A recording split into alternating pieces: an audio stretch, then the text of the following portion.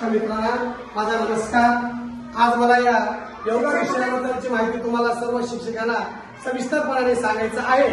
तर या पद्मासन म्हणजे आपण काही घरामध्ये काम कष्ट करून आलो किंवा जास्त शाळेतले विद्यार्थ्यांना जास्त शिकलो त्याचं डोकं गुळगुळ करत राहते म्हणून या पद्मासन मध्ये बसून आपण ध्यानात्मक करायचा। पण ध्यान करत असताना उजवा पाय डाव्या पायावर, डावा पाय उजव्या पायावर बसून सरळ रेषेमध्ये बसून आणि ध्यान करायचं। ध्यान करायचं म्हणजे आपण कोणत्याही एक देवाचं, आपली जे घरचं देव आहे तो आपलं कोणतं देव आवडत आहे त्या देवाबद्दल आपल्याला ध्यान करायचं। त्या ध्यानामध्ये ओमचा उकार करायचा किंवा ओम नमः शिवाय म्हणायचा। अशा प्रकारे 5 मिनिट बसून आणि ध्यान केल्यानंतर त्याच्यामध्ये अनुलोम आणि विलोम करायचा। तर ध्यानात्मक करताना तो या उजव्या नाडीला सूर्य नाडी म्हणतात आणि डाव्या नाडीला चंद्र नाडी म्हणतात आणि श्वास आत घेणे म्हणजे पूरक म्हणतात आणि श्वास बाहेर सोडणे म्हणजे रेचक म्हणतात आणि थोडं मध्ये रुपण म्हणजे कुंभक म्हणतात। अशा प्रकारे आपल्याला रोज अनुलोम विलोम करायचा असते, प्राणायाम करायचा असते। या पद्मासन म्हणतो। त्याच्यानंतर पुन्हा टोटल 5 आसन करायचे। त्याच्यानंतर दुसरं आसन जे आहे पर्वतासन।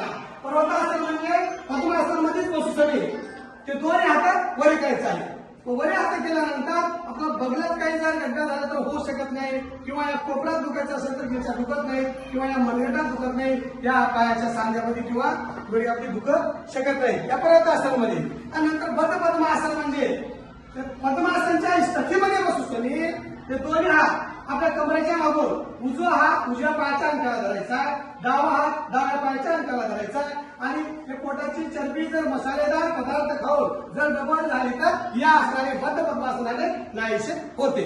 तर आता 2 ध्यानात्मक आसन आहे, वज्रासन आणि पद्मासन। हे वज्रासन म्हणजे असं पाय माथ्यावरून सरळ बसायचं आहे। हे जेवल्यानंतर मी केल्यानंतर चालतंय। हे कसं 84 आसनापैकी एक असं आसन आहे की जेवल्यानंतर मी केला चालतं या वज्रासनाला। तर याच्यामध्ये मी नामस्मरण करायचं आहे देवाचं। मग नंतर सिंहासन आहे।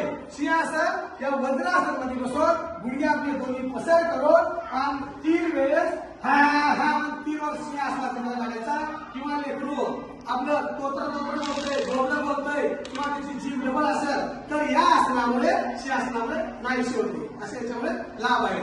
अशा प्रकारे तुम्हाला या आसनाची 5 आसनाची माहिती दिली आहे।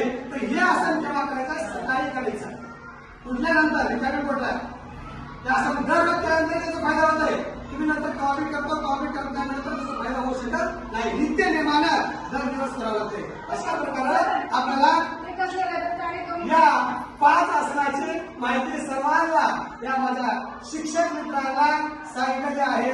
त्याच्याबद्दल धन्यवाद।